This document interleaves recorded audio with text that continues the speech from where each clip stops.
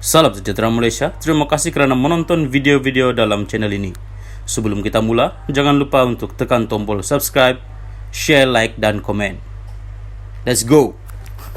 Salam sejahtera dan selamat petang kepada semua pendengar berita panas. Petang ini dipetik dari syahbudin.com.net bertajuk Nazri Balun lagi Tun Mahathir, elok terus jaga cucu.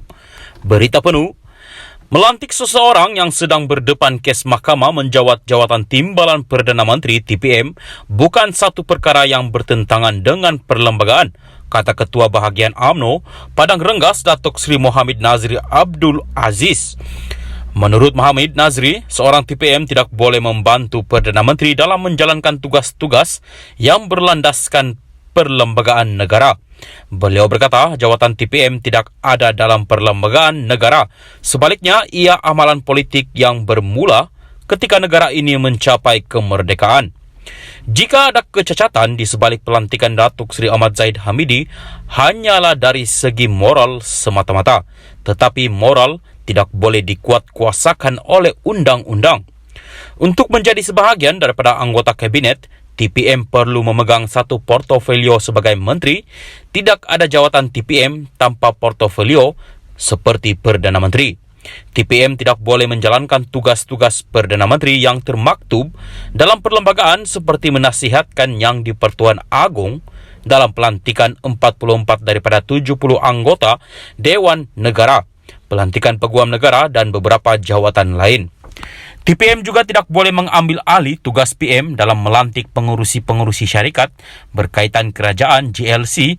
Ia adalah tugas PM yang ditetapkan dalam perlembagaan.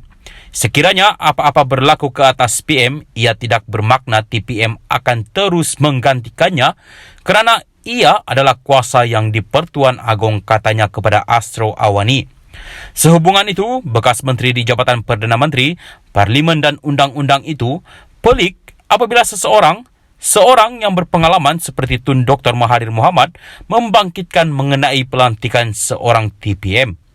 Katanya, sebagai seorang yang sudah berpengalaman, Dr. Mahathir tentunya lebih memahami fungsi dan tugas-tugas TPM berbanding pihak lain. Dr. Mahathir sudah 2 kali menjadi Perdana Menteri. Kali pertama 22 tahun dan kali kedua 22 bulan. Beliau sepatutnya lebih memahami perkara ini. Dalam usia yang sudah lanjut, tidak perlulah ada dendam yang mendalam. Hiduplah dengan tenang. Sekiranya mahkamah mendapati Zahid bersalah dalam kes yang sedang dibicarakan, beliau tentunya akan digugurkan dari kabinet. Dr. Mahathir berkata beliau mahu menjaga cucu buat masa ini dan saya rasa itulah sepatutnya beliau lakukan, bukan lagi mencampuri urusan kerajaan, katanya lagi. Awal hari ini, Dr. Mahathir mempersoalkan pelantikan TPM yang masih berdepan pendakwaan mahkamah. Menurut entry terbaru di akaun Twitter pribadinya, bekas ahli Parlimen Langkawi itu berpendapat perlu satu bentuk reformasi terhadap jawatan tersebut. Sekian berita, teruskan bersama channel ini. Salam perpaduan. Salam sejahtera, salam perpaduan. Selamat pagi kepada semua pendengar berita panas. Pagi ini dipetik dari Malaysia Kini bertajuk Ismail Sabri dijangka tak rebut jawatan Presiden UMNO. Berita penuh, keputusan pilihan raya umum ke-15 PRU15 baru-baru ini mengubah percaturan dalam UMNO apabila beberapa nama dikatakan bakal mencabar Ahmad Zahid Hamidi bagi jawatan Presiden UMNO pada pemilihan nanti, dikatakan membatalkan hasrat tersebut. Pada mulanya, bekas Perdana Menteri Ismail Sabri Yaakob, bekas Menteri Pertahanan Hishamuddin Hussein dan bekas Menteri Kesehatan Khairi Jamaluddin disebut-sebut akan mencabar Zahid bagi jawatan nombor 1 UMNO. Menurut sumber yang rapat dengan Ismail Sabri yang juga anggota Parlimen Beira, naib Presiden UMNO itu dijangka melupakan hasrat untuk mencabar Zahid berdasarkan perkembangan terkini. Senario politik telah berubah. Ismail, saya kira hampir pasti tidak akan meneruskan hasrat untuk bertanding jawatan itu. Apatah lagi beliau kini bukan lagi Perdana Menteri. Selepas prestasi teruk PRU15, pemimpin UMNO ingin memberi lebih fokus kepada usaha menyatukan UMNO. Apatah lagi Zahid kini merupakan timbalan Perdana Menteri dan UMNO BN berada dalam kedudukan yang baik dalam kerajaan meskipun bersama Pakatan Harapan PH. Malah beberapa pemimpin UMNO bahagian yang sebelum ini tidak bersama Zahid kini telah kembali bersama beliau dan tiada lagi desakan supaya berundur katanya kepada Malaysia kini. Sebelum ini, beberapa pemimpin UMNO termasuk Ketua UMNO Batu, Yahya Mat Gani, Ketua UMNO Pasir Salak, Tajuddin Abdul Rahman dan bekas Ketua UMNO Ketere, Anwar Musa mendesak supaya Zahid berundur. Desakan itu dibuat selepas BN yang dipimpin Zahid hanya berjaya memenangi 30 kerusi dalam PRU15 lalu, terburuk dalam sejarah parti itu. Semalam Malaysia kini melaporkan Zahid memberi bayangan pemilihan UMNO mungkin akan dipercepat iaitu lebih awal daripada Mei tahun depan.